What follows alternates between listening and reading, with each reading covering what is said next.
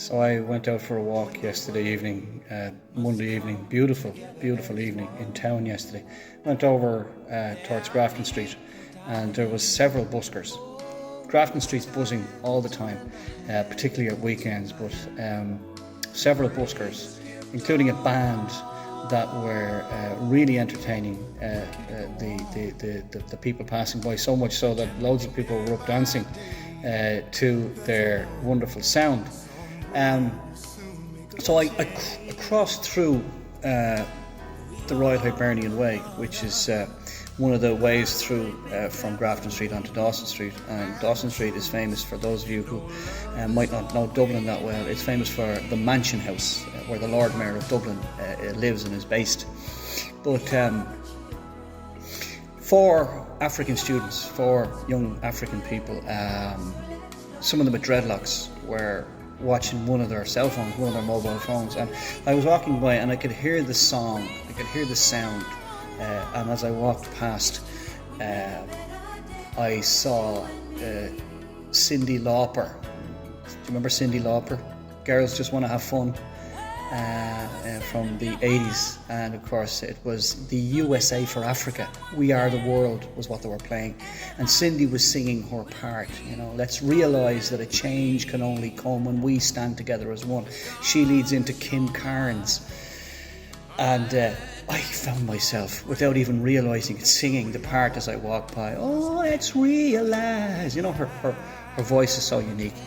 With that, one of the guys kind of goes, "Yay, respect, man," you know. And I turned back, and I went back and got chatting to them about "We Are the World," the song, which was, of course, USA for Africa, the artists for Africa at the time, really trying to help in the great famine in Ethiopia at the end of the end of 84 into 85. Of course, following on the coattails of Band Aid, Do They Know It's Christmas? And everybody at the time, and I was only 15, we were all trying our best to get involved in supporting what Bob Geldof did, and what Midge Ure did, and what Michael Jackson, and what Lionel Richie did across the Atlantic. But they didn't know this. They were too young to remember, and I was fascinated by they were. Just for the few moments I was talking to them, I said, "Did you recognise any? Do you recognise any of the artists on the video?" No, we only know MJ, Michael Jackson.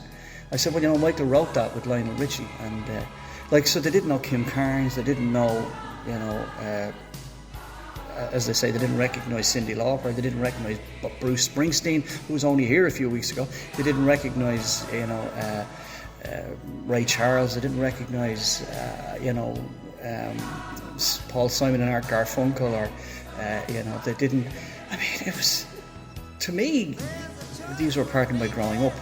So it was just a fascinating moment, like me, telling the story of my memories of Band Aid and my memories of USA for Africa and what was happening in the world in the mid-1980s at that time.